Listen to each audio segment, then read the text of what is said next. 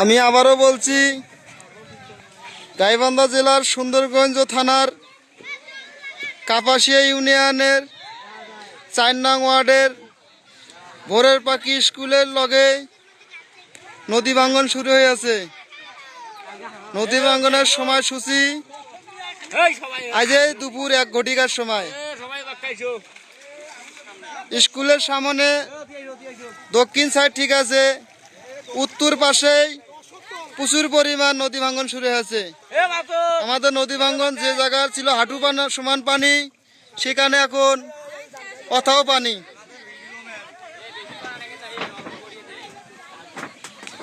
আমাদের গ্রামের লোকেরা সবাই হতাশ হয়ে আছে, কে কি করবে কোনো কিছু ভাবতে পারছে না।